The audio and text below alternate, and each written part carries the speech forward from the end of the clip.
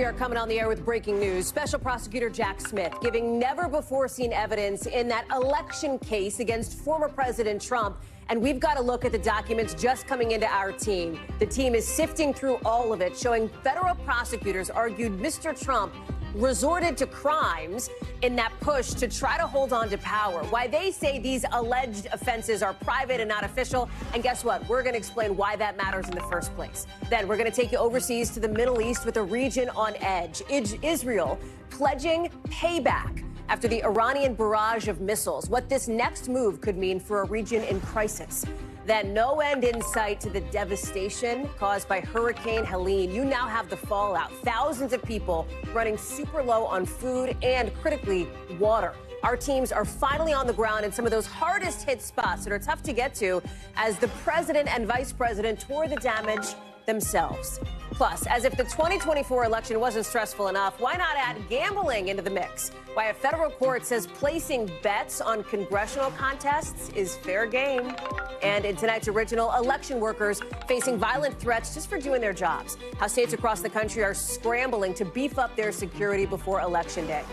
And the GOAT has a beef with NASCAR. Why Michael Jordan is suing the Racing League for what he calls a monopoly a little bit later on in the show.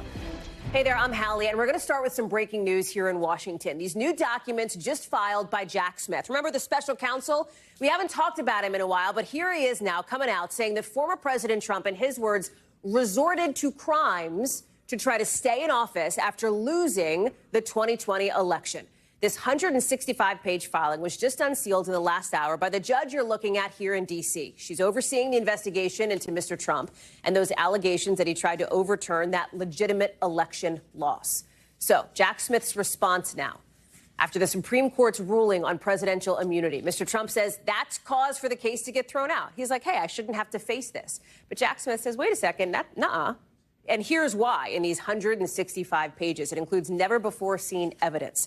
We are already getting reaction from the Trump campaign, calling this brief riddled with falsehoods and unconstitutional and lobbing accusations against President Biden. Let's get into it with Vaughn Hilliard and Danny Savalas. Let's be a little bit transparent here, Vaughn, because this just came out in the last hour. This is long. There's a lot to it. It is dense. We have a huge team of people combing through it. But already we're getting some really interesting nuggets, if you will, some really interesting insights into what exactly was going down. I think folks might think, wait a second, haven't we litigated the heck out of what happened in 2020, the days before January 6th, et cetera? But there's some new stuff in here. Talk us through it. Exactly. And this brief, it is redacted here. So a lot of the names that are blacked out, though, you can kind of read between the lines and get a good understanding of who exactly is being talked about. And one of those individuals is Vice President Pence. This chronicles in this briefing over those 2 months, making the case that Donald Trump was communicating with his vice president, not as the vice president, but as his political running mate. And there was one particular lunch in December there in which his vice president encouraged him, the briefing states, to not look at this as an election loss, but instead as an intermission, suggesting that they could even potentially look at running again in 2024 here. And what this presents here is Donald Trump hearing directly from his vice president, his running mate, the words of encouragement to essentially stand down.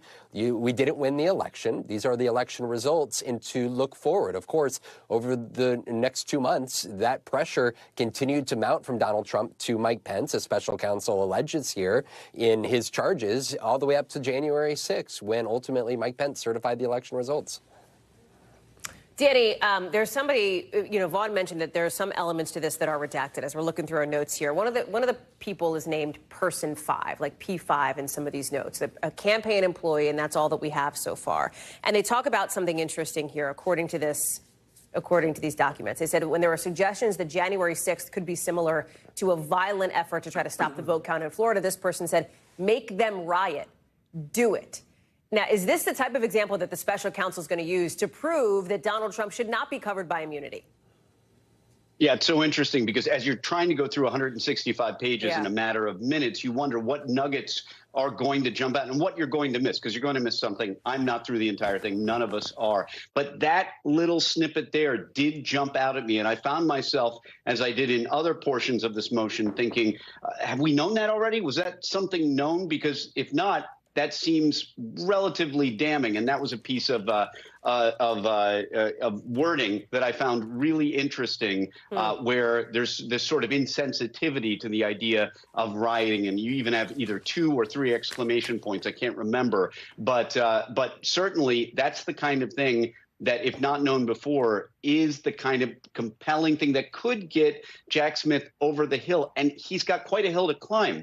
Essentially, he has to show the court, convince the court, rebut the presumption that what Trump was doing was privately motivated as a campaigner and not as an office holder.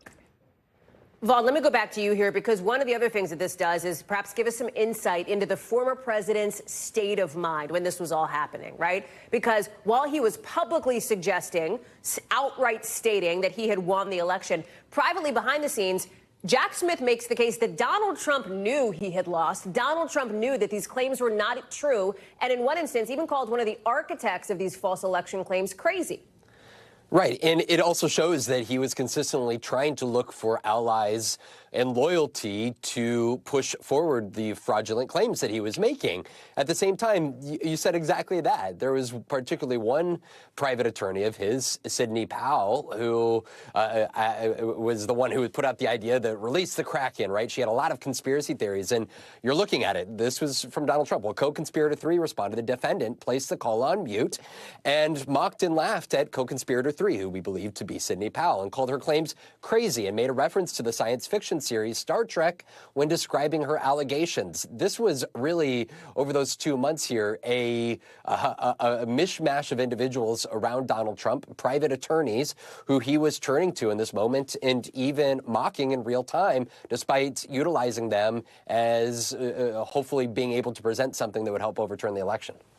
There's one part where the special counsel, Danny, goes point blank after those false allegations of voter fraud by non-citizens. They write that at trial, the government is going to introduce instances of this pattern, multiple instances, at which point, quoting here, his lies were proven by the fact that they made up figures from whole cloth. Why is that so central to the special counsel's allegation? Why does that matter? Well, taking a step back, there are really 2 things going on here. The special counsel has to convince the judge that what Trump did fell into the category of private conduct, not official conduct. But on the other hand, take a step back. We're getting a preview of the government's evidence at trial. So I find myself looking at this really from 2 lenses. One is this defensible? And the other being, well, does this count as private conduct or official conduct? And one of the barriers that the government has to get over is that the Supreme Court's already said that, for example, communications with Pence are presumptively official. But the government says that may be true, but we believe we can rebut it. So why that's significant to me is because could it be categorized as, that's the only way I'm thinking on the first level, could it be categorized as official conduct at all? Could it be presumptively official conduct? And then secondarily, assuming this case moves forward, or at least some version of it moves forward, are those defensible allegations? Because the defense really here, especially in a federal case, has a rare opportunity to essentially get the entire organization of the government's case well in advance of trial. Danny, Savalos, Fawn Hilliard, thank you very much to the both of you. I'm going to let you both go back to sifting through all those pages, and we're going to talk again, I know, as you get more as this develops. Thanks, guys. Let's take you overseas right now, because at this moment, the entire world is holding its breath for what's next, as Israel vows Iran will pay. The Israeli military is planning what it's calling swift retaliation for the nearly 200 ballistic missiles that Iran fired at them, with Iran giving a warning to the U.S., telling them to step aside or risk an even more crushing response. All of this, as the IDF says, at least 8 Israeli soldiers have been killed after invading Lebanon, and as some 7,000 Americans there turn to the State Department looking for ways to get out, looking for help. You see the situation there. At this point tonight, world leaders are pushing hard for de-escalation to try to avoid a bigger regional war. Watch. The Middle East region is burning from all sides. Lebanon is not doing well. Gaza is not doing well. I want to bring in Raf Sanchez, who's live for us tonight in Tel Aviv. After you've been on the ground there, I know, for days here. President Biden says the Israeli response should be in proportion, essentially proportional. What might that look like, and when might it come? Well, Hallie, an Israeli official says that Israel's response will come swiftly. Israel feels that it needs to show not just Iran, but its other enemies around the region, including Hezbollah, the Houthis, Hamas, Shia militias in Iraq, that an attack on the scale of what we saw last night, the night skies all over Israel lit up with some 181 ballistic missiles, will not go unanswered. Prime Minister Netanyahu today meeting at the defense ministry here in Tel Aviv with the heads of the Israeli military and the intelligence agencies. They are discussing how, when, at what scale to respond. One complicating factor, Hallie, is the United States. You have heard President Biden saying that any response should be proportionate. He has specifically said he does not want to see Israel going after Iran's nuclear facilities. That's the kind of strike that could lead to all-out war. But at the same time, the U.S. has said that Israel is within its rights to respond. Another complicating factor here are the Jewish holidays. We just went into Rosh Hashanah, the Jewish New Year, and the Israeli government is somewhat loath to put its people through another period of high stress during the holidays. Hallie. It's exactly the question I was going to ask is how does that intersect at this moment with what's happening across the border in Lebanon? What else do we know about what's happening on the ground, the fighting, the deaths that have happened? The fighting is escalating, Hallie. Israel has said that this is a limited, targeted operation, but there have been concerns in Lebanon, obviously, but also in the White House that what started limited would not stay limited. Israel initially announced one division was involved in the fighting. Today, it's saying there are two divisions. And today, for the first time, there are casualties on the Israeli side. 8 soldiers killed in separate incidents, firefights against Hezbollah fighters in southern Lebanon. And for a lot of Israelis, this is bringing back painful memories of the 20 years that Israel spent occupying southern Lebanon between 1982 and 2000. It is a period that many Israelis think of as their Vietnam, when every day there would be news of more soldiers killed in what felt like an endless war. Hallie. Yeah. Raf Sanchez, live for us in Tel Aviv. Raf, thank you.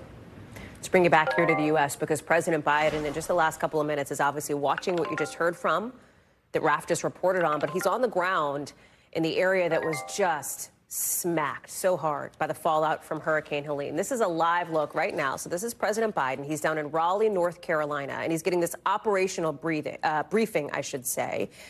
This is happening as we speak in North Carolina, which was just devastated by the flooding that happened days after Helene. People trying to rush to get food, to get water to the folks who needed it most. Vice President Harris is in Georgia. She's a little further south. She just spoke in the last couple of minutes. We've turned that sound around, so let me play it. Here it is. It is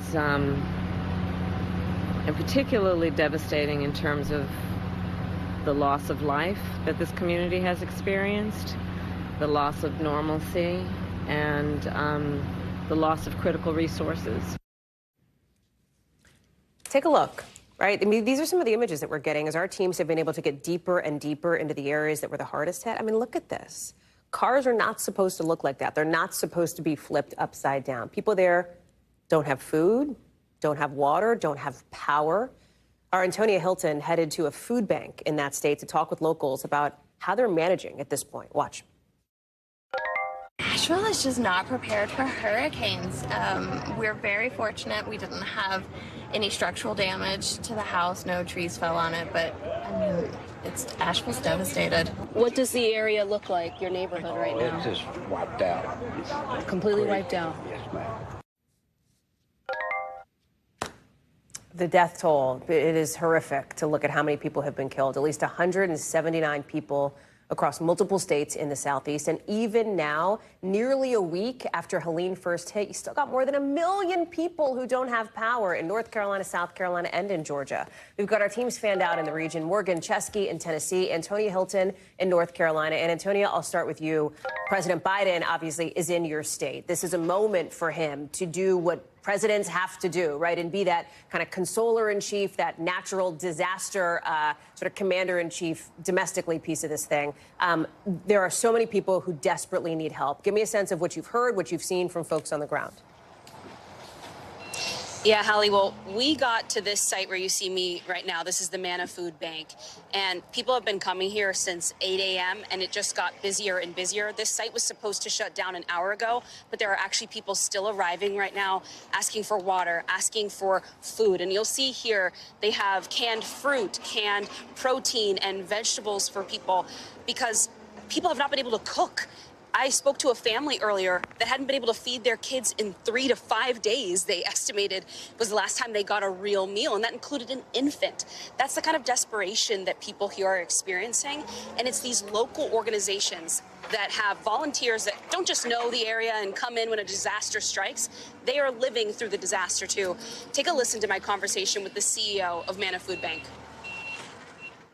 I have never seen anything like this, and we are hearing from people all over the region that have just lost everything. So it's just devastating. What do people need? Right now, people need shelf-stable food. They need water. We haven't had water for days. People don't have power, and so that shelf-stable food is so important. And Hallie, they're grateful that the president took an aerial tour of Western North Carolina today and didn't come on the ground, because the last thing people want is any kind of disruption on roads where first responders are trying to get through to find people who are still missing. Crews are going out trying to remove debris so that people living in some of the more remote mountain towns can get help and get water and get supplies.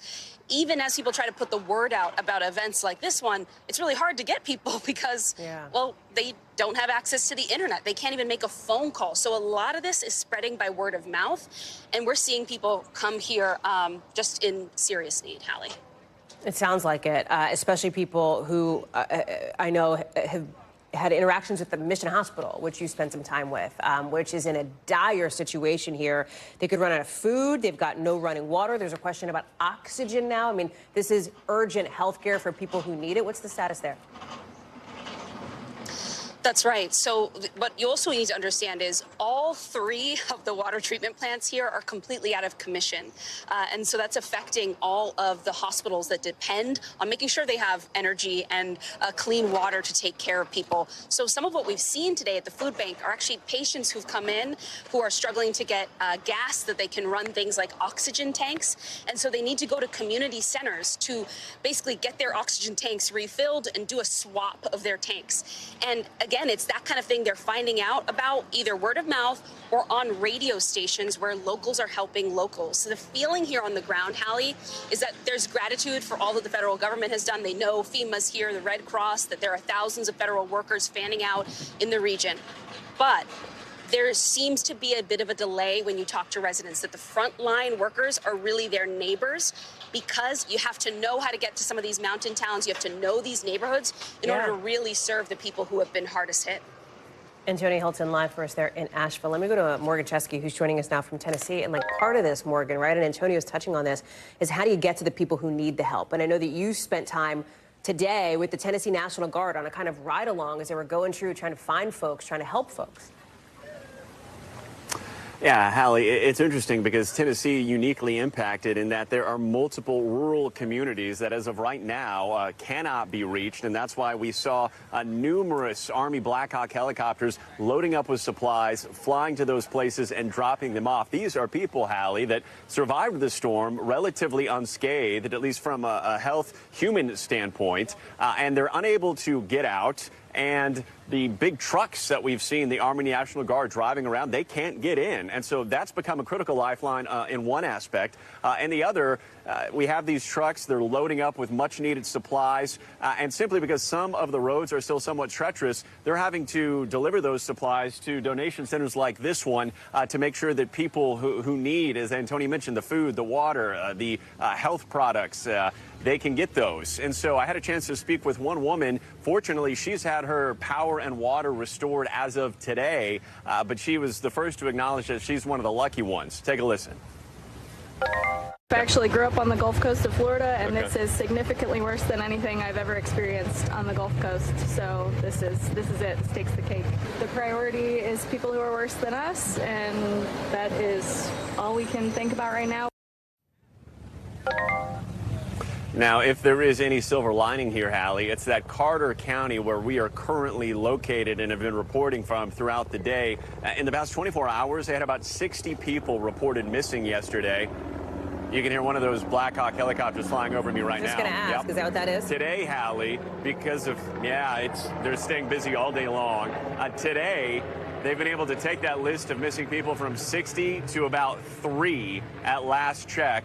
And when we ask why, the mayor of Carter County said, fortunately, in a lot of these instances, cell phone service is still significantly impacted. And so they were able to physically contact these people, do welfare checks, make sure they're okay. And that's what's helped this list drop so dramatically. Hallie. Real quick, Morgan, these 11 workers that we told viewers about earlier this week swept away by a plastics factory by the flooding from Helene. The Tennessee Bureau of Investigations is looking into this. Talk us through that. They announced that they're launching an investigation into this today, Hallie. And in fact, there was a press conference outside the grounds of that very factory in a neighboring county to where we're located. And tensions incredibly high here in hearing from the families of those deceased employees, essentially saying that they weren't allowed to leave when they could have actually reached safety. And that is what absolutely contributed to those 11 deaths. As far as the company's response, they haven't agreed to any interviews, but they did say they're aware of that investigation and they promised to cooperate. Hallie. Morgan Chesky live for us in Irwin, Tennessee. Morgan, thank you. Now, to other news coming out of Washington that could affect the election, the presidential or the congressional, with the federal court in just the last couple of hours saying, guess what? You can put money down on the outcome of some of these contests. It all centers on this one startup that wants to let you bet on whether Democrats or Republicans will run the House and the Senate while an appeal works itself through the legal system. Soon, you may be able to bet on other elections, too. The company co-founder says he may use the ruling to expand his company's offerings to the presidential election. Sahil Kapoor joins me now. So you're not, until now, you're not allowed to bet basically on the outcome of political races. But the court has basically said, we can't find a reason to stop this company from letting people do this. Yeah, for now. This is more of yes. This is more of a technical ruling against the CFTC's request for an emergency stay. A 3-judge panel on the D.C. Circuit Court of Appeals wrote, and let's show this part of their ruling. It said, quote, while the question on the merits is close and difficult, the commission cannot obtain a stay at this time because it has not demonstrated that it or the public will be irreparably harmed while the appeal is heard. That is the high bar that they're talking about. And now the CFTC has argued that this kind of betting could give rise to election manipulation if people have huge amounts of money on the line. Maybe even foreign individuals or foreign governments could try to get in on this. People do all sorts of wild things to protect their money or to make money. And the online platform, Kalshi, is saying, no, this is safe and regulated. This is nothing to worry about here. The CFTC ultimately will have control over how this is administered. But the bottom line for now, we are just 5 weeks before an election, and people can place bets on it. Well, but once the election actually happens, can they get paid out for those bets? Or is that where the question mark is? I think that is what the court is hearing on appeal. And I'll leave it to legal experts to decide whether the court is kind of tipping its hand, which way this is going. It sounds genuinely conflicted here about the law. But, it is currently allowing bets on things like control of Congress. People can make bets on which party they think is going to control the House and the Senate. You just saw the creator of this platform is talking about maybe expanding it further. This could end up becoming a much, much bigger market, and our friends at CNBC are reporting that people can place bets of as much as $100 million. I don't know who has that kind of money to throw around on political elections. Okay. But those are the rules. Well, Sahil Kapoor, thank you very much. Appreciate it. Of course, we should note that if you or somebody you know has a problem with gambling, there's a hotline for you, 1-800-GAMBLER. Coming up, some of the stunning video we're just getting in that we will only show you once in just a second of a Kentucky sheriff allegedly shooting a local judge. What the clip means for the case. Plus, a doctor who played a role in the death of Friends star Matthew Perry pleading guilty. How his cooperation could affect the whole investigation.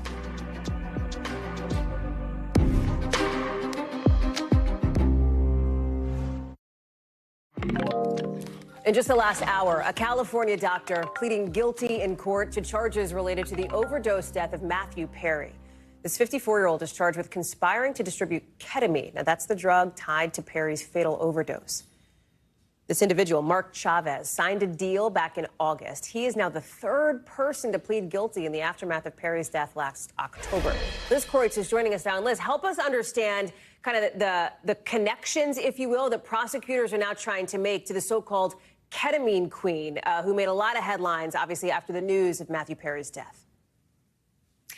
Yeah, Hallie. So, I mean, there's 5 people that have been charged in connection with the death of Matthew Perry. Mark Chavez, who here took a plea deal today in Los Angeles in federal court, admitted to conspiring to get ketamine to Matthew Perry. He is now one of 3 people charged, as you're looking at them here, who have taken a plea deal and admitted guilt. 2 of them are expected to face trial in March. That is the Los Angeles doctor, Dr. Salvador Plasencia, and then, as you mentioned, Hallie, the so-called ketamine queen, Javsveen Sangha. Now, I did speak to her attorney today. He says that that's a completely false and inaccurate nickname for her and denies that she even was supplying people with ketamine, and says it's going to be hard for anyone in trial to determine that Matthew Perry died as a result of ketamine she provided, although we do know that the medical examiner's office said Perry did die from the acute effects of ketamine.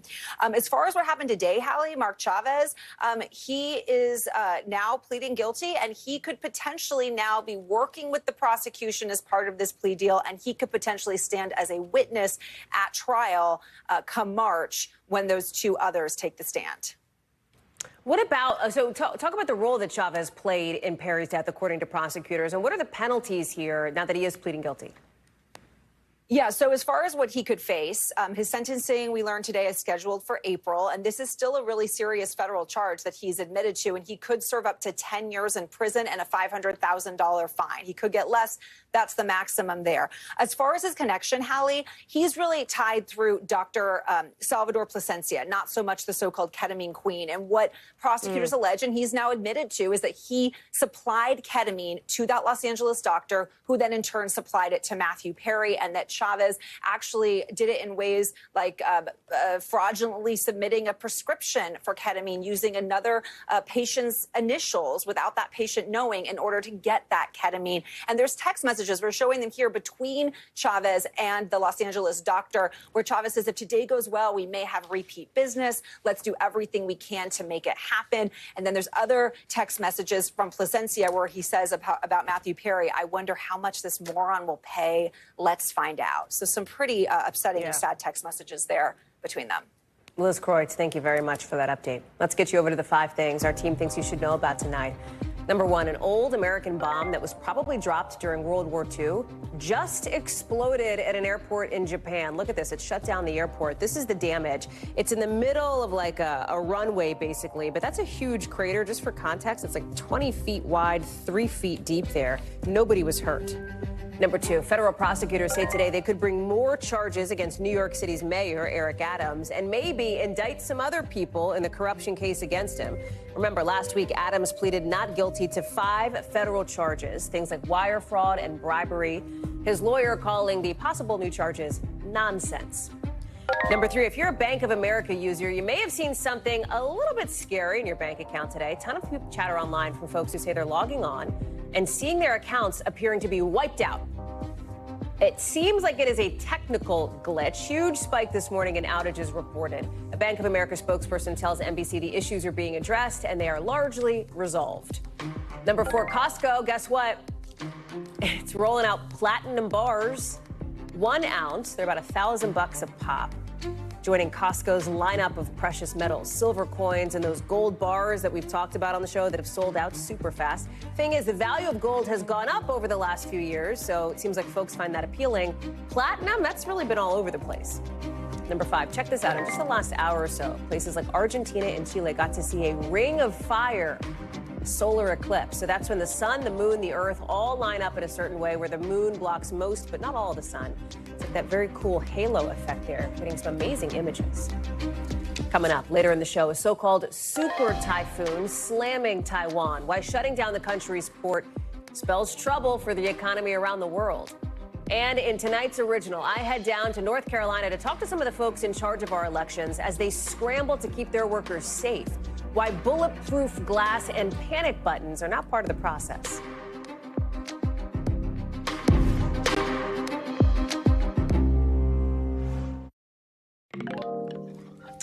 Some stunning new video tonight coming into us of the moment that a Kentucky judge was gunned down in his chambers, allegedly by the local sheriff. We're going to show you a short clip of this video. It's from a surveillance camera.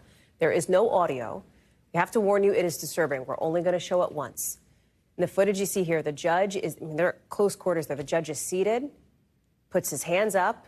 You see the gun raised. What we're not showing you, of course, are the moments after. We've stopped the video here. The judge tumbles out of his chair. The gunman walks around the desk and then fires more shots. The video shown in court as prosecutors presented evidence of their case against the ex-sheriff now charged with killing that judge, Kevin Mullins. Sean Steins has pleaded not guilty to the charges. Adrian Broaddus is joining us now. It is hard to watch even those moments of the video. Apparently, when this was played in court, you could hear gasps and sobs from those in the room here. Talk us through where this case goes next and what else we're learning. Hallie, indeed, visually that video is tough to see and overwhelming for the folks who were in the courtroom. It captured the final moment of the judge's life. Inside of the courtroom, people wept as that video was played. His family looked away. Sitting behind the sheriff, his wife and daughter. His wife covered her eyes and looked away. And at one point, the sheriff wiped his eyes and started writing down notes on his notepad. The motive behind this shooting is still unclear. But during cross-examination, when Sheriff Steins' defense attorney was interviewing the lead investigator on this case with the Kentucky State Police, the moments leading up to the shooting and what happened was revealed. Take a listen. I was told that Sheriff Steins had tried to call his daughter, and he had tried to call his daughter from the judge's phone also. And have officers confirmed that the sheriff's daughter's phone number was on Judge Mullins' phone? Yes. And we know before the shooting there was an exchange of phones where the judge came out in court yesterday, the sheriff had been trying to reach his daughter on his personal cell phone and then called his daughter from the judge's phone. Why that number was on the judge's phone is still unclear.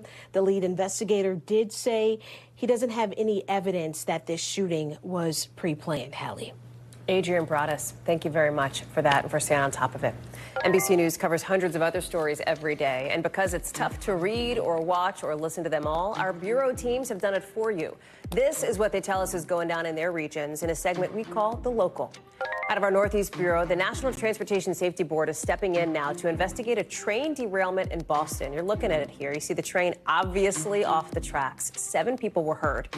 The city's transit head is apologizing because train's just still sitting there. That's obviously creating a problem for service. Local officials say they think it was some sort of, human error, not track infrastructure that caused this problem. Out of our Western Bureau, 36 million people are now under heat alerts from California to Arizona, with temperatures set to be up to 25 degrees higher than usual. San Francisco hit 94 degrees yesterday. Yes, in October. That's the hottest day it's had in 2 years, period. Temperatures in Phoenix got up to 113 degrees. That city's hottest October day ever. And also out of our Western Bureau, voting is beginning, not for the presidential candidates, but for your favorite fat bear.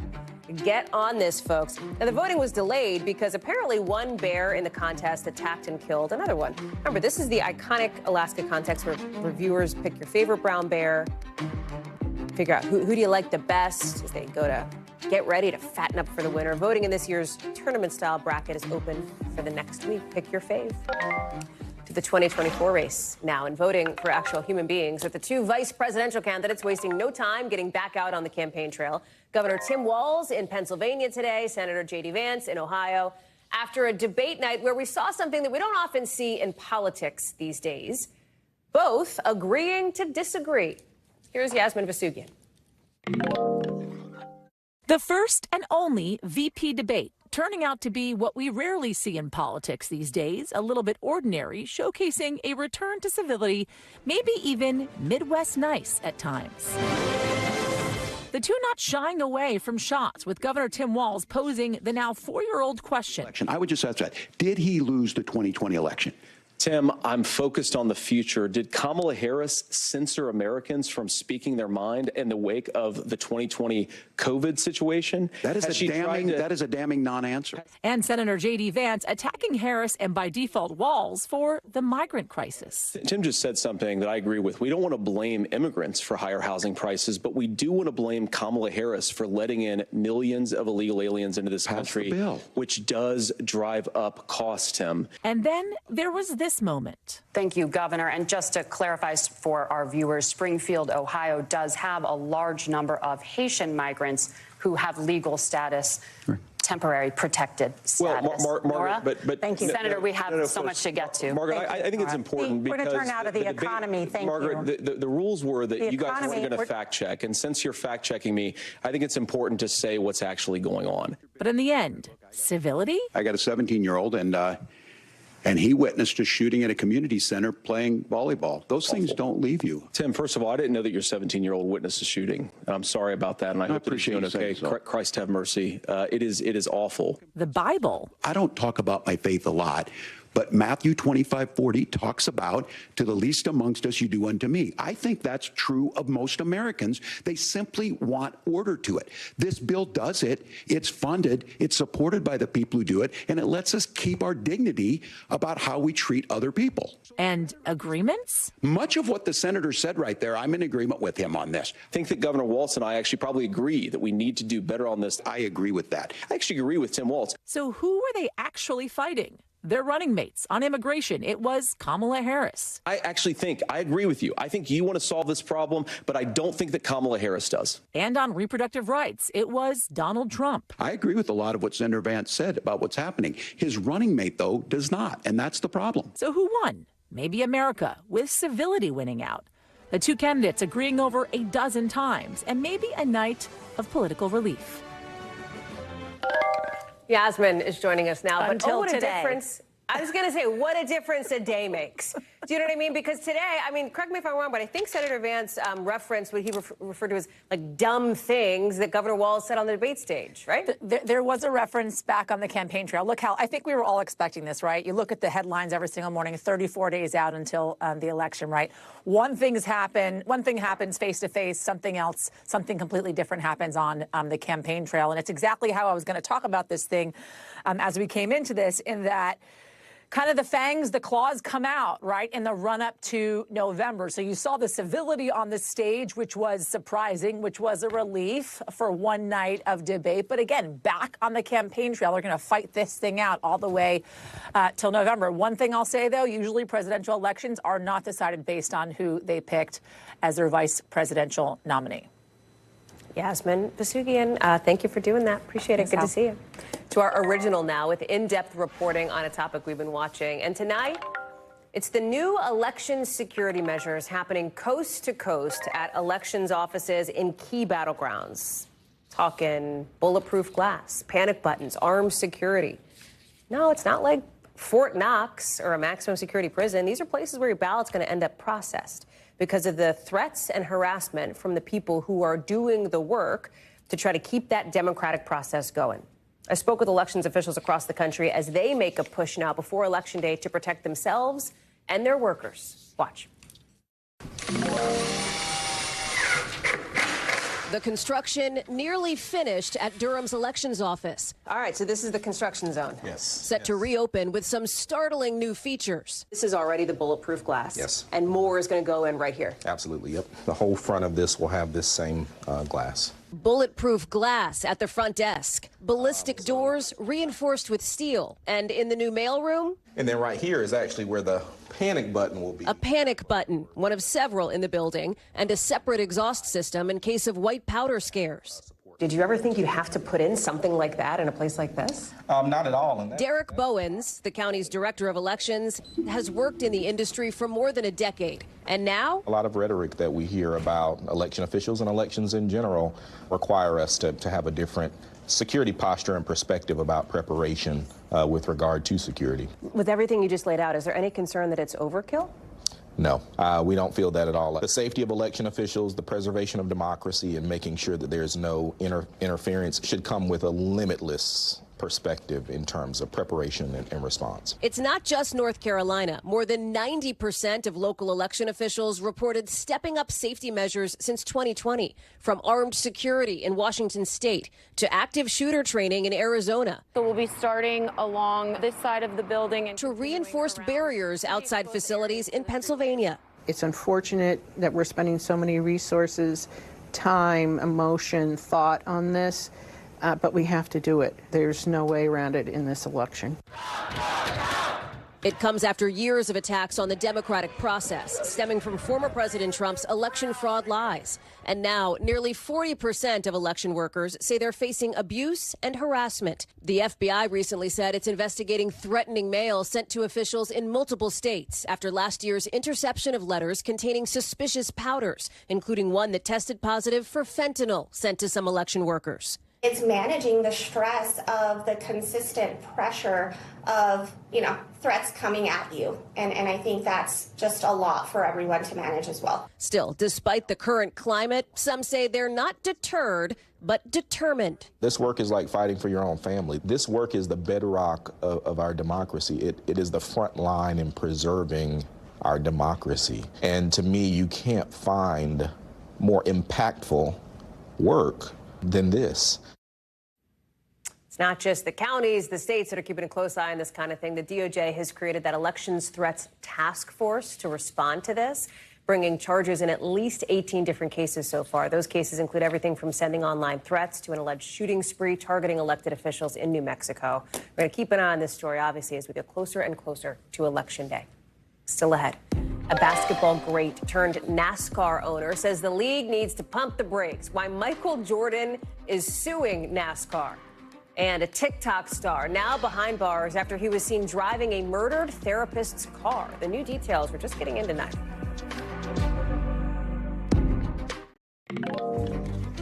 Tonight, a ton of questions about the arrest of a TikTok star who right now is sitting behind bars in Texas. We're talking about Terrion Ishmael Thomas, but you probably know him as Mr. Prada. Maybe you're one of his millions and millions of followers. He posts funny videos, etc. Police say that he was the last one seen driving a stolen car that belonged to a therapist who mysteriously disappeared before being found dead on the side of a road in Louisiana. Officials are calling it a homicide. Thomas was arrested on charges of damaging property, resisting an officer, and unauthorized use of a motor vehicle. It's important to note he's not wanted on charges related to the therapist's death right now. We've reached out to the sheriff's offices involved, the victim's family, to Mr. Prada himself. Police say they have no new info right now, and we haven't heard back from the others. Maya Eaglin is joining us now. So what is the connection here between Mr. Prada and this therapist? Hallie, right now, there is a lot of gray area, as you mentioned. We don't have confirmed information from officials, but we do know that Thomas was the last person driving the victim's car. Officials found Abraham's body rolled in a tarp with blunt force trauma to the head on Sunday in Baton Rouge, Louisiana. And they say Thomas was the last person seen driving his vehicle. Right now, as you mentioned, he's labeled just as a person of interest. And they put that out on Monday when they identified him as the last person in that car. People online right now, if you scroll through his comments, are mentioning some of these videos that previously were viral, and they're saying that they're concerned about his previous behavior and his mental health. Take a look. Don't do anything drastic unless you want to look like this. Life is a prison. Get me the out. Like, I just woke up yesterday. I looked at the ceiling. I said, ah! So right now, just labeled as a person of interest, but as you can see in those videos, a lot of people online are concerned about his behavior. Hallie. Maya Eaglin, one to watch. Thank you very much. Let's take you overseas because right now, basically all of Taiwan is shut down, in essence, as the island braces for a powerful typhoon set to hit a key port city. That port is now shuttered. You've got military units on standby. You've got schools, offices, even the financial markets there are closing down. 2 people are already dead. Hundreds of flights have been canceled, and more than 10,000 people have evacuated. This is a very big deal, and it is a very big typhoon, potentially. It's being compared to a Category 3 hurricane, this super typhoon set to make landfall the next few days after hitting the Philippines. You see some of the images here. A lot of rain, a lot of wind, a lot of flooding. Janice Mackey-Freyer is joining us now with more on this. Talk us through now sort of the major pinch points and the forecast for what's next. Hallie, this super typhoon is expected to make a rare hit on the island's west coast. That's where 90% of the population lives.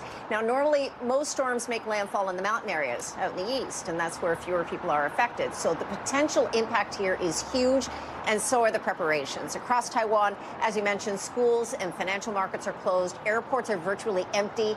Thousands of military personnel are on standby, especially in the port city of Kaohsiung, which is set to be right in the eye of the storm.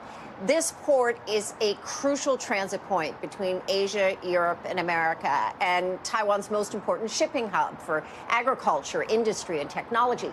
And back in the late 1970s, Typhoon Thelma devastated the city. So officials are warning people to stay at home. Avoid the threat of rivers, the sea, mountains. There are hundreds of sandbags being prepped for flooding that could follow. They're worried about debris flows. Officials are being very blunt in telling people they cannot take this lightly. Hallie. You talked about this being a population center, the west coast of the island. The port is critical for business, as you've talked about, Janice. It is closed right now. What are the impacts sort of in the short term of that? Well, Kaohsiung is an industrial city, and it's the biggest port in Taiwan. So everything goes through there, from rice and pineapples to refined petroleum. So a prolonged shutdown combined with damage or flooding is going to delay shipments in or out of the port. And that means businesses and consumers are going to wait longer for stuff. They're likely going to pay more. Manufacturers suspend production lines because they can't get parts. Farmers can't export their crops. Losses mount, inflation creeps in. So there is this domino effect. And it's already been a bad year for extreme weather across the region. A typhoon in July killed 11 people. And this time the winds are packing a punch, up to 150 miles per hour, bringing torrential rain. There are thousands around Kaohsiung who've been evacuated from areas that are prone to landslides. They're all in temporary shelters now, as millions more are bracing for the typhoon's direct hit. One company to mention in particular, of course, is TSMC Semiconductors. This is the company that produces 90% of the world's advanced chips. Their production is being suspended. They're saying at this time they're making all preparations for what they call typhoon alert preparation. They're not expecting any significant impact to operations, according to a spokesperson, but nonetheless joining the millions of people across Taiwan who are waiting for this storm to hit. Hallie. Janice Mackey-Freyer, thank you very much. Appreciate that. Still to come here on the show, basketball's GOAT taking on a different sport and not in the way you think. Why Michael Jordan is calling NASCAR, in his words, a bunch of bullies. Next.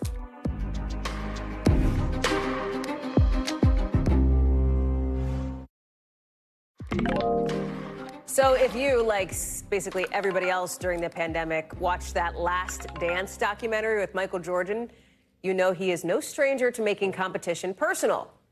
Well, now he's got a new one against NASCAR. It's part of this lawsuit out today where MJ's team and another accuse NASCAR of making it unfair for leagues to compete in the league and make a profit. And they're dropping the hammer down on the league's owners, writing that the France family and NASCAR are monopolistic bullies. And bullies, he says, will continue to impose their will to hurt others until their targets stand up and refuse to be victims. That moment has now arrived. We're out to NASCAR. They haven't hit us back. Maura Barrett is joining us now for this one. We know from that documentary, he doesn't like it when he feels offended. He took that personal, and so now here he is going up against NASCAR. Talk through the specific ways that he says NASCAR is like a monopoly here. Yeah, Hallie, it's all about the money when it comes down to it, right? And I think something that's fascinating and my favorite part of this job is that I always learn something new every day. And I think the point that is not common knowledge here that's kind of called out there in that statement that you read is that NASCAR is owned and operated by a private family, that France family. That's not how pro sports leagues in America typically work. They're owned and operated by the teams, right? And that's where Michael Jordan and his team takes issue in this lawsuit. They're pointing out what they call unchecked monopolistic practices races, and they lay out in the lawsuit exactly what makes it so. They're saying that NASCAR is a monopoly because they're buying premier tracks to make races exclusive. They require teams to buy parts from single-source suppliers, which makes it hard to be competitive in that way. They actually also purchased their top competitor, ARCA, the only other recognizable stock car racing series, and they also prevent Cup teams from participating in other stock car races. And so while the lawsuit highlights that all of this put together makes it really hard for the individual teams to remain profitable, that's not the case when it comes to the financial situation for NASCAR and the France family. In fact, they just signed a new deal for $7.7 billion in media over 7 years, and that's 40% up from their last deal. And so that's a big change when it comes to the money, and that's why this lawsuit is highlighting how problematic this is, they say, for the teams. They're looking for something that's more competitive, more fair, for lack of a race car sports analogy. They're looking to level that playing field, Hallie. It's hard. There's also a racial dynamic here, too. Jordan is the first black owner in decades. His team employs the only black driver. And so far in the league, MJ has had, like, if not Bulls-level success, some success. And in this, he's not messing around. The attorney he pulled in is kind of the guy you'd want for a lawsuit like this, right? Yeah, Jeff Kessler is who he hired. He's the top sports attorney in the country. Basically, he's the guy that you want to fight for this. He actually wrote to us in a statement saying that every major sport goes through a moment when it needs to be transformed. He said, when the people who are being treated unfairly stand up and say it's time for change, this is NASCAR's moment, and that change is what we want from this case. Meanwhile, Jordan, as you noted, very competitive, very much not going to stand up to bullies, and he's chalking it up to that competitive nature. He's saying that will to win is what drives him and his team every week on the track. He says he loves the sport of racing and the passion of the fans, but the way that NASCAR is run today, he says, is unfair to teams, drivers, sponsors, and fans. And so the attorney tells us that they're going to be filing a preliminary injunction next so that the teams can continue to compete in 2025 while this antitrust suit all plays out. Maura Barrett, thank you very much. Appreciate that walkthrough. That does it for us for this hour. We've got more coverage picking up right now.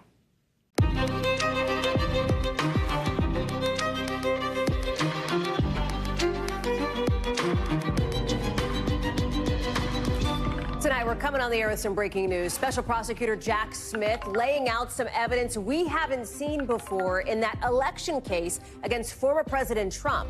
We've got those documents coming into our team that show federal prosecutors arguing Mr. Trump resorted to crimes, they say, in this push to try to cling to power. Why they say what he did were private acts, not official ones, and why that actually matters. Then no end in sight to the nightmare created by that flooding from Hurricane Helene. Thousands of people do not have enough food or water. Our teams have made it to some of the hardest hit areas on the ground now as the president and vice president take a look at the damage from above. Plus, one of the doctors charged in the death of Matthew Perry pleading guilty tonight. What cops want to find out from him as two other suspects face a potential trial. And in tonight's original, election workers facing threats just for doing their jobs. How states across the country are scrambling to beef up their security before Election Day. And here's a hint. It involves bulletproof glass and panic rooms. Then a budding TikTok star behind bars tonight after he was seen driving a murdered therapist's car. What we're learning about the connection between Mr. Prada and the victim. Hey there, I'm Hallie, and we are starting with some breaking news here in Washington. A whole bunch of new documents out from the special counsel accusing former President Trump of illegally trying to stay in office after losing the 2020 election. If you're like, wait a second, it's been a long time since we talked about this case. It has been, right? So here's the refresher. This is the case related to January 6th. And those allegations that Donald Trump, remember, current candidate for president right now, the Republican presidential nominee, former president, that back in 2020, he tried to pressure elections officials in 7 states to keep him in power. Now, back in June, the Supreme Court came out and said, well, presidents have a lot of immunity, broad immunity. So Mr. Trump was like, okay, toss the case. My case should get thrown out. Special counsel Jack Smith, you will be surprised to hear, said, no, these are still crimes. And now he's laying this out in a whole bunch of detail across 165 pages, including some never-before-seen evidence. We're already getting reaction in from the Trump campaign, calling these documents riddled with falsehoods, unconstitutional. lobbing accusations against President Biden on election interference here. I want to bring in now Vaughn Hilliard and Danny Savalos to talk through it. So, Vaughn, let me start with you because you've now had an extra hour since we last talked 60 minutes ago to sort through this, right? There are some new headlines out of this, things that we haven't seen before, even in a case that has been sort of widely discussed, the circumstances of this, the subject of hearings on Capitol Hill, et cetera. What's the new stuff? Right. In the special counsel, Jack Smith and his team, they talked to a litany of witnesses that has prepared them for this prosecution of Donald Trump. And inside of this more than 160-page filing, one of the individuals is Steve Bannon, who we hear a lot about. And, of course, folks will know that Steve Bannon, a very close ally to Donald Trump, is currently in prison as we speak because he didn't cooperate in the Capitol Hill January 6th investigation. And what you look at in this piece here is some insight into just how closely the two men were talking. They talked for about 17 minutes on January 5th and January 6th. And when you look at here, there's a conversation around Mike Pence's lawyer. You see the team, in fact, was disappointed.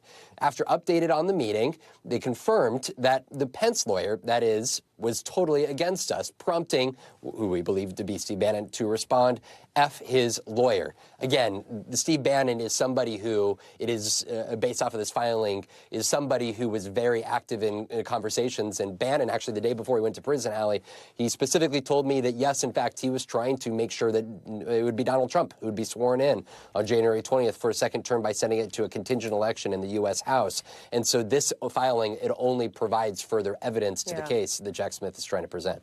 Danny, there's an interesting legal nugget in here, one of several, where Jack Smith is suggesting that at least one person he wants to appear at trial, it will be a forensic expert. This is somebody whose job, according to the special counsel, is to show that Donald Trump was on his phone and was using social media, was using Twitter throughout January 6th and as he came back from that speech on the ellipse. Explain why that matters to the case.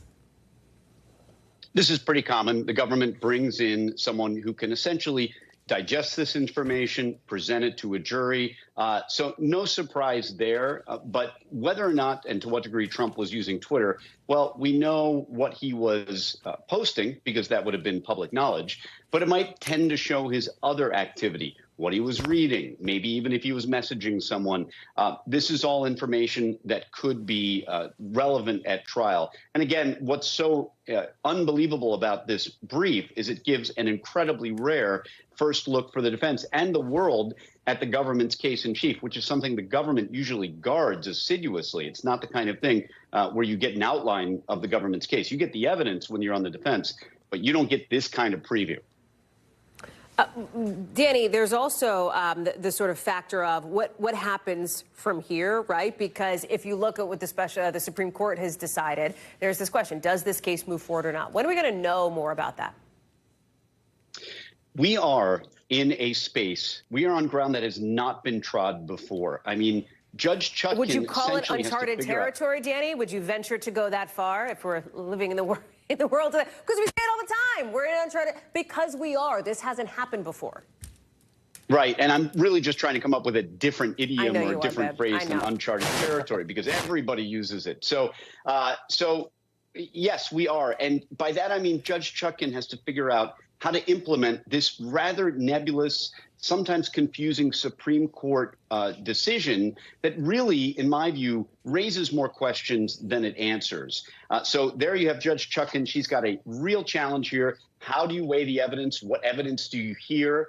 How do you have a hearing on this? I mean, it's essentially an evidentiary proof and hearing on a criminal trial before the criminal trial, which happens sometimes in motion practice when you're moving to suppress evidence, but really not on this level. I mean, I just can't believe we're getting this kind of look at the inner thinking of the government in advance of trial. So it really tells us a lot, and they've organized the evidence. I mean, I could tell you how trial is going to proceed just from this document alone. What surprised you the most from what you read? Probably the mention of the language used by one of the people, and a lot of. Although I have to say the document was not as redacted as I thought it would be. Of course, the people are redacted. And while I know by tomorrow we'll have reverse engineered who P1, P2, and CC1 and CC2 is, right now as you're reading it, it can be a little hard to keep them all in place. But where you have the language that I know you noticed as well, Hallie, where they're saying, F them and that kind of language, which isn't appropriate here, but appropriate in the brief. that they didn't care. You know, who cares if they riot, essentially? And I'm paraphrasing. I can't remember the exact wording, but that's the kind of thing that not only is compelling, and I'm thinking in a dual way. Number one, does this constitute private or official conduct? But then I think about the evidence at trial, and that's the kind of thing that really will get a jury upset and looking to convict. Vaughn, let me go to you, because if Danny has walked through what was surprising to him, what are the questions that you have in your reporter's notebook? I mean, I think finding out who this person 5, this P5 is, who said some of the things that we've referenced here that are on the more dramatic side is probably one of your targets, yeah? Absolutely. And I think also as part of this is what are the political repercussions? I mean, we are 1 month from the election here at this point, Hallie, and Vice President Pence has not endorsed Donald Trump in this 2024 race. And inside of this filing, you see a man who is privately urging his boss, the president, Donald Trump, to look toward 2024 and to view it not as a loss, but as intermission, right? He was trying to help him off the ledge, right, safely, and without inciting what ultimately took place on January 6th. And there was a very key moment there in which Mike Pence, he was very explicit with Donald Trump. And ultimately, Trump warned him. He said, if you don't do on January 6th, essentially send back the electors to the states, as he wanted him to do, that he was going to have to go out and publicly and say that, quote, you did a great disservice. Mike Pence knew what was coming for him on January 6th. So despite for 4 years standing shoulder to shoulder with Donald Trump, ultimately on January 6th, it wasn't enough. And of course, this filing comes literally less than 24 hours after Donald Trump's potential next vice president, J.D. Vance, squared off on a debate stage and could very well be working with that very individual in the Oval Office come 2025. Vaughn Hilliard, Danny Savalos, thanks to the both of you for that. Appreciate it. Also developing tonight, President Biden in just the last hour announcing that the feds are going to cover the total cost. They're going to cover the entire price tag for cleaning up the debris and for putting things in place protectively in North Carolina for the next 6 months. That is, of course, because of the horrific devastation as the president and vice president, you see them there on the ground in the region, have seen firsthand from Hurricane Helene. So that's the president on the left in Raleigh, North Carolina, the vice president on the right in Augusta, Georgia. Here's the president in just the last hour. In a moment like this, we put politics aside. At least we should put it all aside. And we have here. There are no Democrats or Republicans, only Americans. All of it's happening as we're seeing more as teams get deeper into some of those hardest hit spots. Look at that. A car into a house. These cars flipped up and over. Houses, pieces of buildings looking like matchsticks at this point. So many people without food, water, or power tonight. Our Antonia Hilton talked with folks at one food bank in that state. Asheville is just not prepared for hurricanes. We're very fortunate we didn't have any structural damage to the house. No trees fell on it, but I mean, Asheville's devastated. What does the area look like, your neighborhood right now? It's just wiped out. Completely wiped out? Yes, ma'am.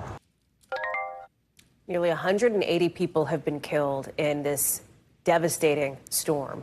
More than 1 million people, even nearly a week after Helene first hit, still do not have power across North and South Carolina and Georgia.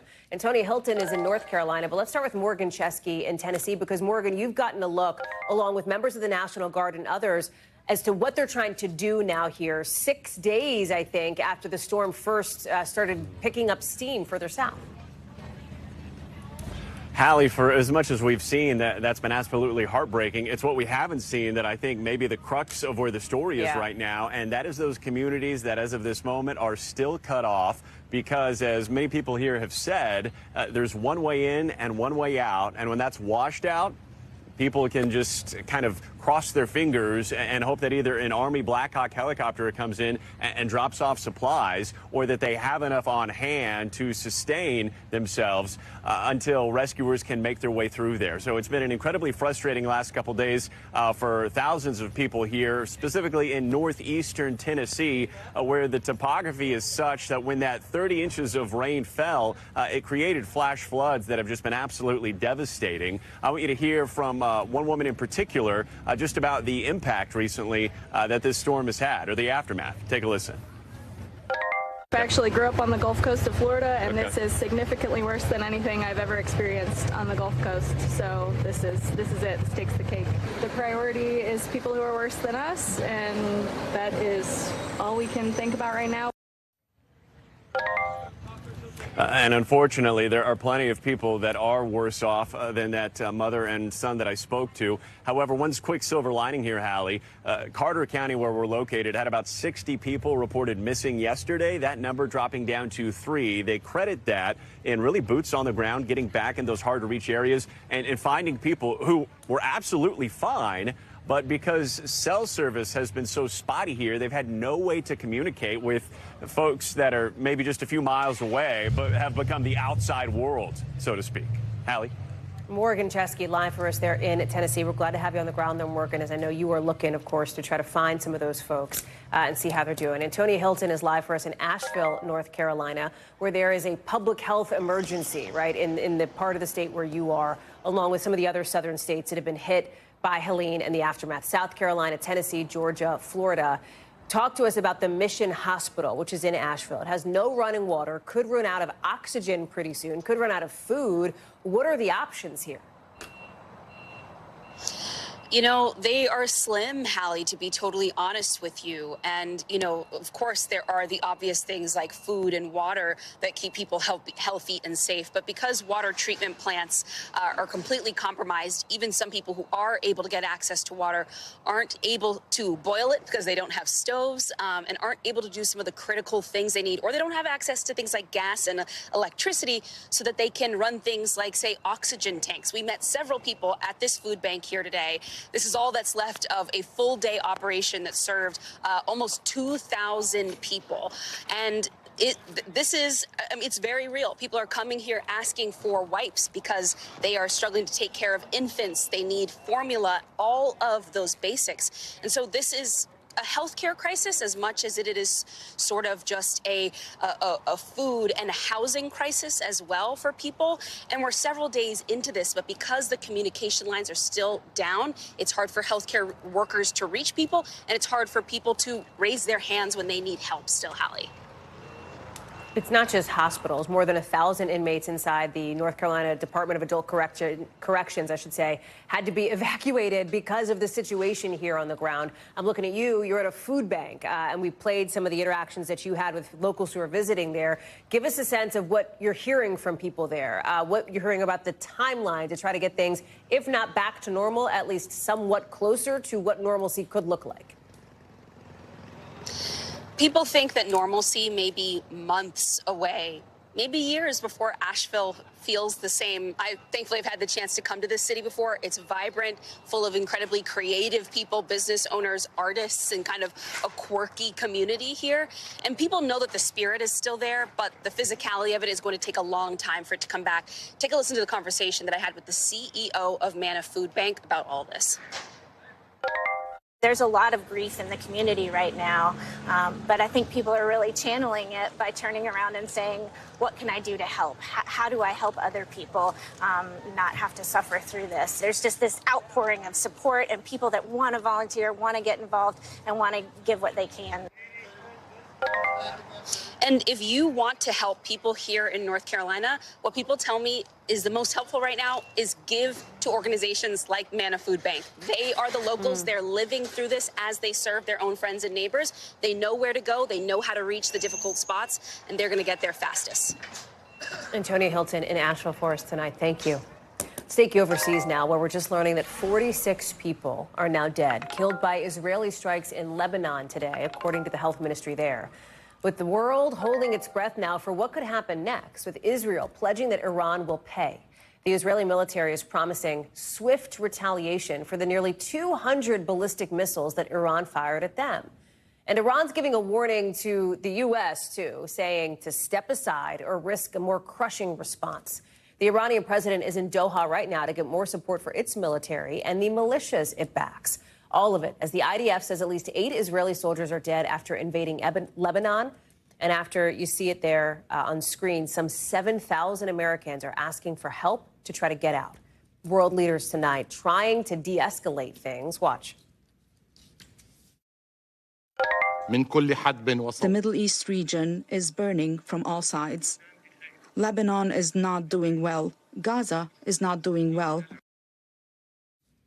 I want to bring in now our team as we have full coverage now in the region. Keir Simmons live for us in Doha, but I want to start with Aaron McLaughlin, who's in Tel Aviv now. Give us a sense of the latest on the ground, Aaron, and the anticipation for what comes next.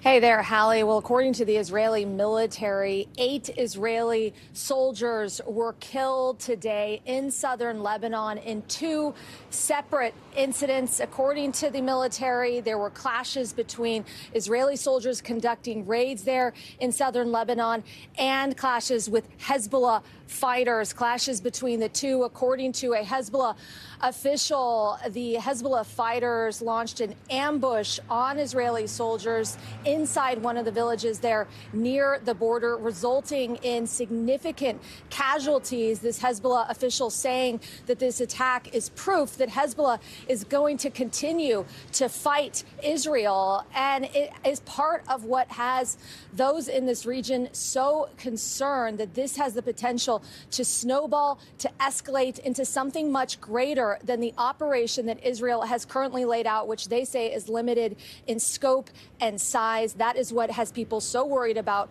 right now, that this could somehow spiral into something much more. Hallie. You also toured a school, Aaron, that was hit by a missile strike in Tel Aviv. What'd you see? Yeah, that's right. I was in central Israel earlier today. We were touring a school in Gadara. That school had been hit by one of the 180 approximate missiles that had been fired from Iran on Israel. One of the missiles making its way through Israel's defense system, slamming into the ground near the school. That blast resulting in the entire wall of the school falling, classrooms destroyed. I was speaking to the deputy mayor of Gadara, and this is what she told me. Now the bombs are dropping here. What is your reaction to that? It's new that a school was harmed, because it's hard to think about it, to think about the children that need to see that. But I want to be strong. Israeli officials are now vowing a swift retaliatory response against Iran. This region once again holding its breath for what that might be. Hallie. Aaron McLaughlin live for us in Tel Aviv. Keir Simmons in Doha. Let me go to you next, because you and I spoke, I think it might have been yesterday, I might have been the day before, but about the Iranian president obviously making a visit to where you are, to Qatar here. Explain the purpose of this trip. He is trying to build up support. Is it working?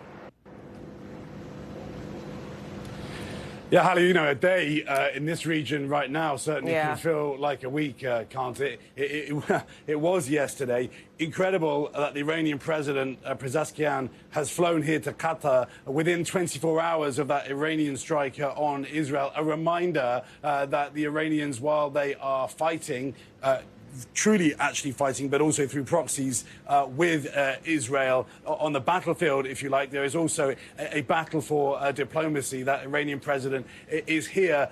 Other countries that are here, the Indians, Chinese, Russians, most of the Gulf states, Asians. It was a meeting that was pre-planned, but Pezeshkian will be here to try to fight that fight for international opinion. And there are those who think that the Israelis, while they appear to be winning the battlefield, they may not be winning the battle for international public opinion. Yeah. You also sat down with a senior leader of Hamas, right? Yeah, that's right. And I asked him whether or not, in fact, the Hamas leadership that are based here in Qatar, the Qataris see themselves as kind of mediators, able to speak to all sides, whether they would meet with a delegation from the Iranian president's visit. He said that he wasn't aware that they would. Maybe he wasn't going to tell me, or maybe it isn't going to happen. Both of those answers would be illuminating. But I also asked him about the question of whether or not he thinks October 7th was in the end something that strategically failed for Hamas, and whether he thinks they have had the kind of support from the region that they thought they might get. Was October 7th a strategic mistake? For us, after 1 year after October 7, we consider October 7 as a strategic achievement. An achievement? Yes, yes. A strategic achievement. It's an insight, isn't it, Hallie, into the kind of ideology that Israel is up against. Keir Simmons, glad to have you there in Doha for us. More to come, I know, from you soon. Appreciate it. We've got a lot more to get to here on the show, including coming up a doctor charged in the death of Matthew Perry, now pleading guilty. But that's probably bad news for his alleged co-conspirators. And a World War II-era bomb just going off at an airport in Japan. How much damage officials say it did? Coming up.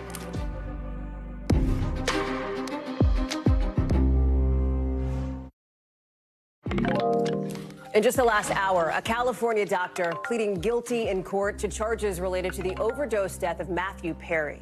This 54-year-old is charged with conspiring to distribute ketamine. Now, that's the drug tied to Perry's fatal overdose. This individual, Mark Chavez, signed a deal back in August. He is now the third person to plead guilty in the aftermath of Perry's death last October. Liz Kreutz is joining us now. And Liz, help us understand kind of the connections, if you will, that prosecutors are now trying to make to the so-called ketamine queen, who made a lot of headlines, obviously, after the news of Matthew Perry's death. Yeah, Hallie. So, I mean, there's 5 people that have been charged in connection with the death of Matthew Perry. Mark Chavez, who here took a plea deal today in Los Angeles in federal court, admitted to conspiring to get ketamine to Matthew Perry. He is now one of 3 people charged, as you're looking at them here, who have taken a plea deal and admitted guilt. 2 of them are expected to face trial in March. That is the Los Angeles doctor, Dr. Salvador Plasencia, and then, as you mentioned, Hallie, the so-called ketamine queen, Jasveen Sangha. Now, I did speak to her attorney today. He says that that's a completely false and inaccurate nickname for her and denies that she even was supplying people with ketamine, and says it's going to be hard for anyone in trial to determine that Matthew Perry died as a result of ketamine she provided, although we do know that the medical examiner's office said Perry did die from the acute effects of ketamine. As far as what happened today, Hallie, Mark Chavez, he is now pleading guilty, and he could potentially now be working with the prosecution as part of this plea deal, and he could potentially stand as a witness at trial come March when those 2 others take the stand.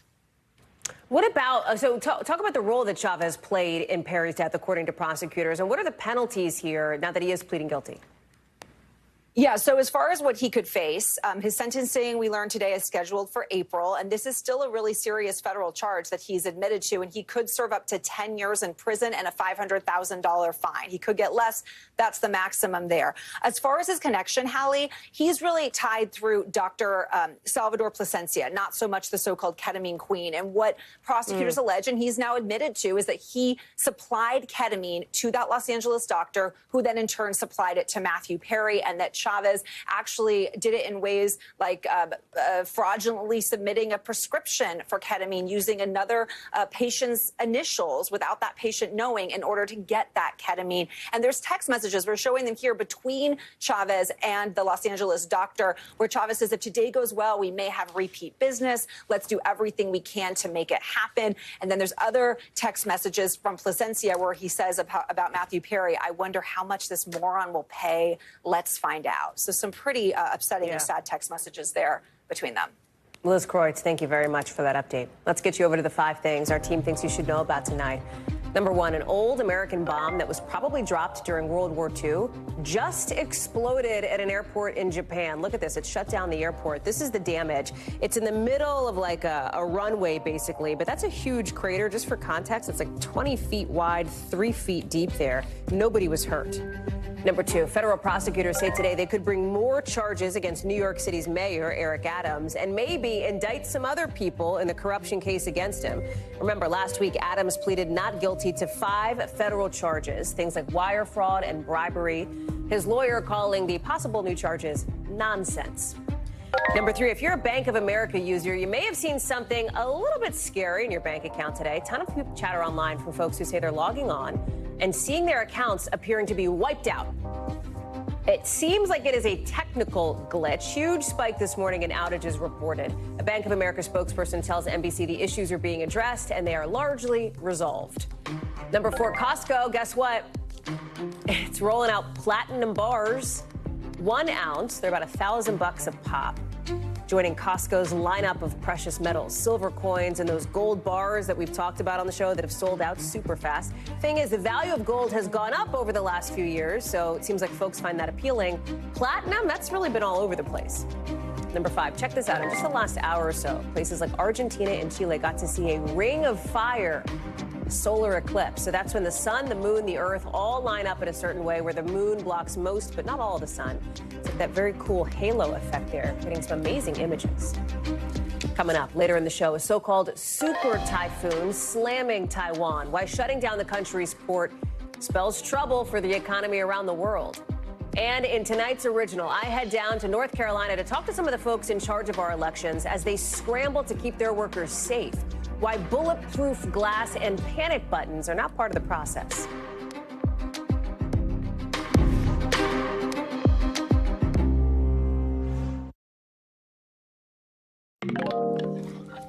Some stunning new video tonight coming into us of the moment that a Kentucky judge was gunned down in his chambers, allegedly by the local sheriff. We're going to show you a short clip of this video. It's from a surveillance camera. There is no audio. We have to warn you, it is disturbing. We're only going to show it once. In the footage you see here, the judge is, they're at close quarters there. The judge is seated, puts his hands up. You see the gun raised. What we're not showing you, of course, are the moments after. We've stopped the video here. The judge tumbles out of his chair. The gunman walks around the desk and then fires more shots.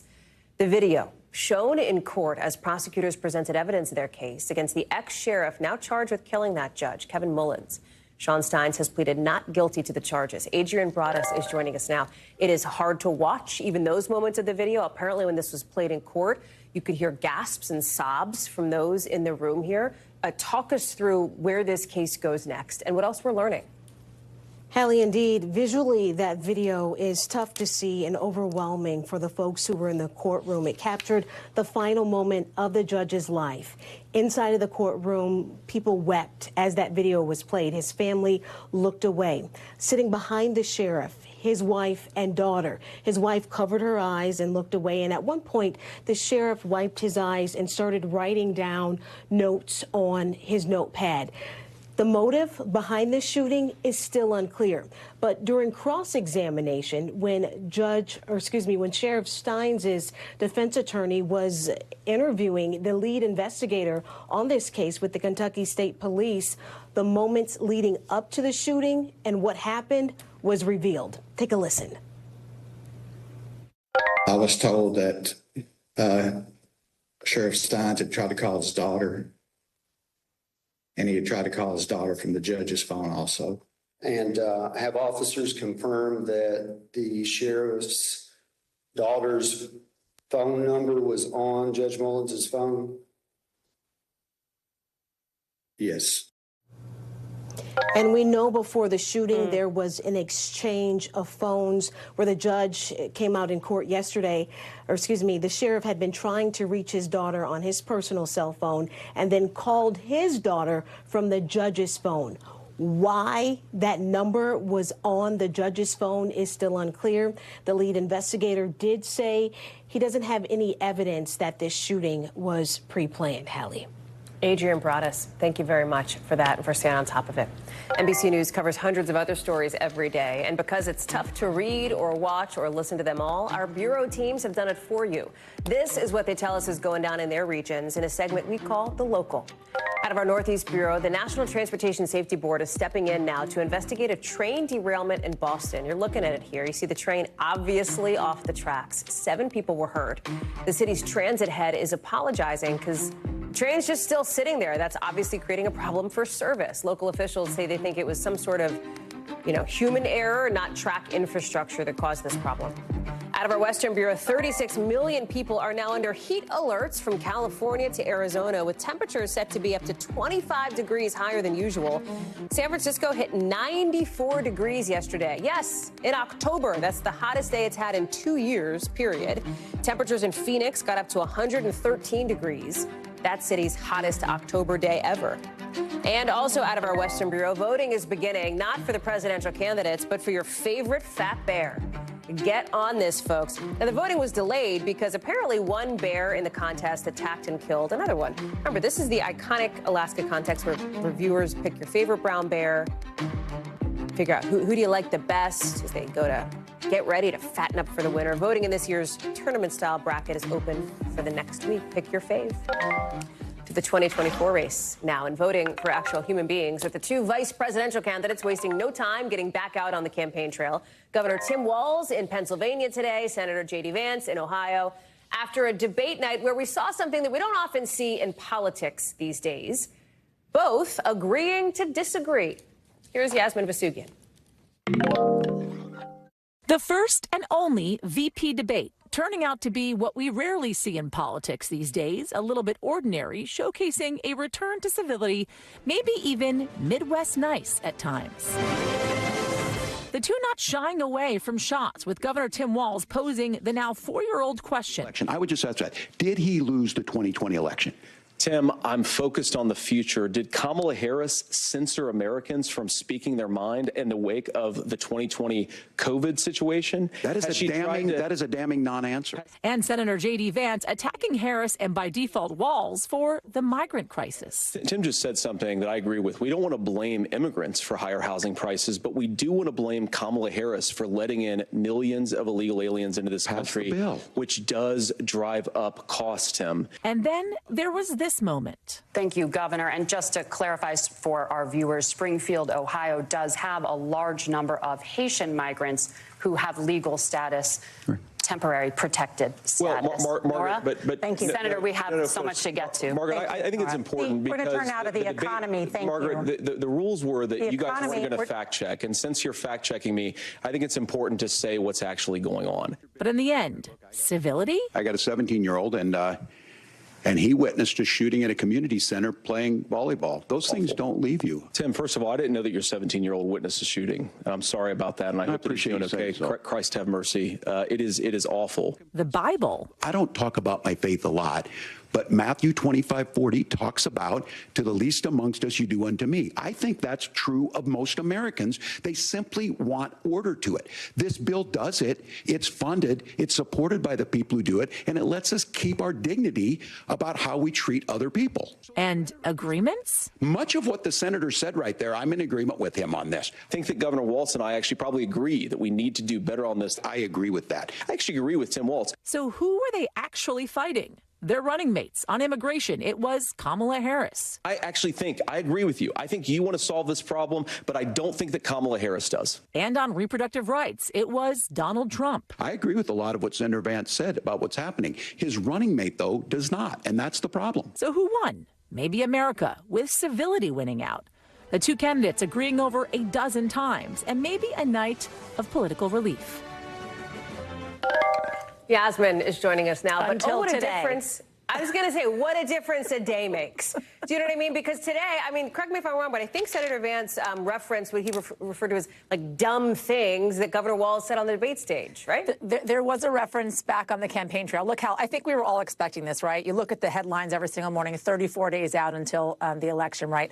One thing happens face to face, something else, something completely different happens on the campaign trail. And it's exactly how I was going to talk about this thing as we came into this, in that kind of the claws come out, right, in the run-up to November. So you saw the civility on the stage, which was surprising, which was a relief for one night of debate. But again, back on the campaign trail, they're going to fight this thing out all the way till November. One thing I'll say, though, usually presidential elections are not decided based on who they picked as their vice presidential nominee.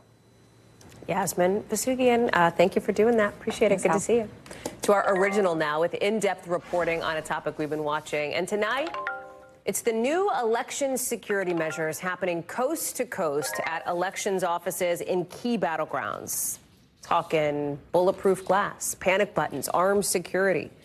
No, it's not like Fort Knox or a maximum security prison. These are places where your ballot's going to end up processed because of the threats and harassment from the people who are doing the work to try to keep that democratic process going.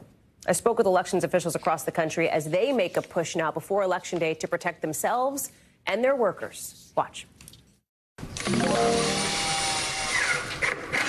The construction nearly finished at Durham's elections office. All right, so this is the construction zone. Yes. Set to reopen with some startling new features. This is already the bulletproof glass. Yes. And more is going to go in right here. Absolutely, yep. The whole front of this will have this same glass. Bulletproof glass at the front desk. Ballistic doors reinforced with steel. And in the new mailroom? And then right here is actually where the panic button will be. A panic button, one of several in the building, and a separate exhaust system in case of white powder scares. Did you ever think you'd have to put in something like that in a place like this? Not at all. Derek Bowens, the county's director of elections, has worked in the industry for more than a decade. And now? A lot of rhetoric that we hear about election officials and elections in general require us to have a different security posture and perspective about preparation with regard to security. With everything you just laid out, is there any concern that it's overkill?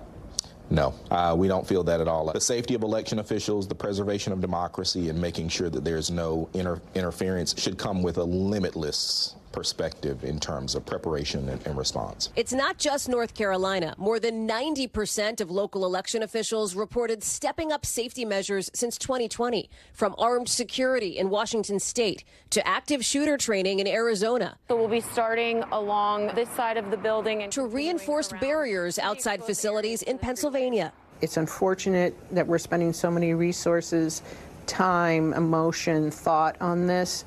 But we have to do it. There's no way around it in this election. It comes after years of attacks on the democratic process, stemming from former President Trump's election fraud lies. And now, nearly 40% of election workers say they're facing abuse and harassment. The FBI recently said it's investigating threatening mail sent to officials in multiple states after last year's interception of letters containing suspicious powders, including one that tested positive for fentanyl sent to some election workers. It's managing the stress of the consistent pressure of, threats coming at you. And I think that's just a lot for everyone to manage as well. Still, despite the current climate, some say they're not deterred, but determined. This work is like fighting for your own family. This work is the bedrock of our democracy. It is the front line in preserving our democracy. And to me, you can't find more impactful work than this. It's not just the counties, the states that are keeping a close eye on this kind of thing. The DOJ has created that elections threats task force to respond to this, bringing charges in at least 18 different cases so far. Those cases include everything from sending online threats to an alleged shooting spree targeting elected officials in New Mexico. We're going to keep an eye on this story, obviously, as we get closer and closer to Election Day. Still ahead. A basketball great turned NASCAR owner says the league needs to pump the brakes. Why Michael Jordan is suing NASCAR. And a TikTok star now behind bars after he was seen driving a murdered therapist's car. The new details we're just getting in tonight.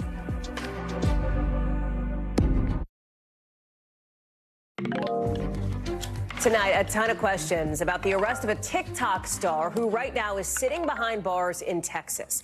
We're talking about Terrion Ishmael Thomas, but you probably know him as Mr. Prada. Maybe you're one of his millions and millions of followers. He posts funny videos, etc. Police say that he was the last one seen driving a stolen car that belonged to a therapist who mysteriously disappeared before being found dead on the side of a road in Louisiana. Officials are calling it a homicide. Thomas was arrested on charges of damaging property, resisting an officer, and unauthorized use of a motor vehicle. It's important to note he's not wanted on charges related to the therapist's death right now. We've reached out to the sheriff's offices involved, the victim's family, to Mr. Prada himself. Police say they have no new info right now, and we haven't heard back from the others. Maya Eaglin is joining us now. So what is the connection here between Mr. Prada and this therapist? Hallie, right now, there is a lot of gray area, as you mentioned. We don't have confirmed information from officials, but we do know that Thomas was the last person driving the victim's car. Officials found Abraham's body rolled in a tarp with blunt force trauma to the head on Sunday in Baton Rouge, Louisiana. And they say Thomas was the last person seen driving his vehicle. Right now, as you mentioned, he's labeled just as a person of interest. And they put that out on Monday when they identified him as the last person in that car. People online right now, if you scroll through his comments, are mentioning some of these videos that previously were viral, and they're saying that they're concerned about his previous behavior and his mental health. Take a look. Don't do anything drastic unless you want to look like this. Life is a prison. Get me the out. Like, I just woke up yesterday. I looked at the ceiling. I said, ah! So right now, just labeled as a person of interest, but as you can see in those videos, a lot of people online are concerned about his behavior. Hallie. Maya Eaglin, one to watch. Thank you very much. Let's take you overseas because right now, basically all of Taiwan is shut down, in essence, as the island braces for a powerful typhoon set to hit a key port city. That port is now shuttered. You've got military units on standby. You've got schools, offices, even the financial markets there are closing down. 2 people are already dead. Hundreds of flights have been canceled, and more than 10,000 people have evacuated. This is a very big deal, and it is a very big typhoon, potentially. It's being compared to a Category 3 hurricane, this super typhoon set to make landfall the next few days after hitting the Philippines. You see some of the images here. A lot of rain, a lot of wind, a lot of flooding. Janice Mackey-Freyer is joining us now with more on this. Talk us through now sort of the major pinch points and the forecast for what's next. Hallie, this super typhoon is expected to make a rare hit on the island's west coast. That's where 90% of the population lives. Now, normally, most storms make landfall in the mountain areas out in the east, and that's where fewer people are affected. So the potential impact here is huge, and so are the preparations. Across Taiwan, as you mentioned, schools and financial markets are closed. Airports are virtually empty. Thousands of military personnel are on standby, especially in the port city of Kaohsiung, which is set to be right in the eye of the storm. This port is a crucial transit point between Asia, Europe, and America, and Taiwan's most important shipping hub for agriculture, industry, and technology. And back in the late 1970s, Typhoon Thelma devastated the city. So officials are warning people to stay at home. Avoid the threat of rivers, the sea, mountains. There are hundreds of sandbags being prepped for flooding that could follow. They're worried about debris flows. Officials are being very blunt in telling people they cannot take this lightly. Hallie. You talked about this being a population center, the west coast of the island. The port is critical for business, as you've talked about, Janice. It is closed right now. What are the impacts sort of in the short term of that? Well, Kaohsiung is an industrial city, and it's the biggest port in Taiwan. So everything goes through there, from rice and pineapples to refined petroleum. So a prolonged shutdown combined with damage or flooding is going to delay shipments in or out of the port. And that means businesses and consumers are going to wait longer for stuff. They're likely going to pay more. Manufacturers suspend production lines because they can't get parts. Farmers can't export their crops. Losses mount, inflation creeps in. So there is this domino effect. And it's already been a bad year for extreme weather across the region. A typhoon in July killed 11 people. And this time the winds are packing a punch, up to 150 miles per hour, bringing torrential rain. There are thousands around Kaohsiung who've been evacuated from areas that are prone to landslides. They're all in temporary shelters now, as millions more are bracing for the typhoon's direct hit. One company to mention in particular, of course, is TSMC Semiconductors. This is the company that produces 90% of the world's advanced chips. Their production is being suspended. They're saying at this time they're making all preparations for what they call typhoon alert preparation. They're not expecting any significant impact to operations, according to a spokesperson, but nonetheless joining the millions of people across Taiwan who are waiting for this storm to hit. Hallie. Janice Mackey-Freyer, thank you very much. Appreciate that. Still to come here on the show, basketball's GOAT taking on a different sport and not in the way you think. Why Michael Jordan is calling NASCAR, in his words, a bunch of bullies. Next.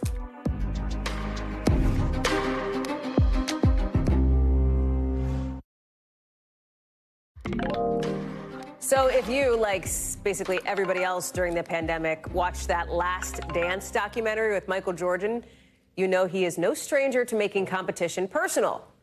Well, now he's got a new one against NASCAR. It's part of this lawsuit out today where MJ's team and another accuse NASCAR of making it unfair for leagues to compete in the league and make a profit.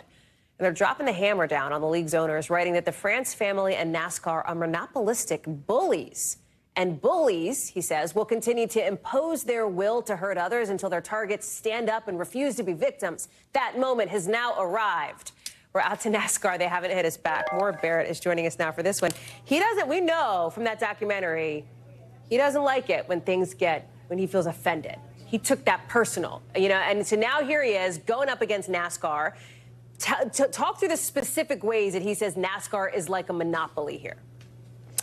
Yeah, Hallie, it's all about the money when it comes down to it, right? And I think something that's fascinating and my favorite part of this job is that I always learn something new every day. And I think the point that is not common knowledge here that's kind of called out there in that statement that you read is that NASCAR is owned and operated by a private family, that France family. That's not how pro sports leagues in America typically work. They're owned and operated by the teams, right? And that's where Michael Jordan and his team takes issue in this lawsuit. They're pointing out what they call unchecked monopolistic practices. And they lay out in the lawsuit exactly what makes it so. They're saying that NASCAR is a monopoly because they're buying premier tracks to make races exclusive. They require teams to buy parts from single-source suppliers, which makes it hard to be competitive in that way. They actually also purchased their top competitor, ARCA, the only other recognizable stock car racing series, and they also prevent Cup teams from participating in other stock car races. And so while the lawsuit highlights that all of this put together makes it really hard for the individual teams to remain profitable, that's not the case when it comes to the financial situation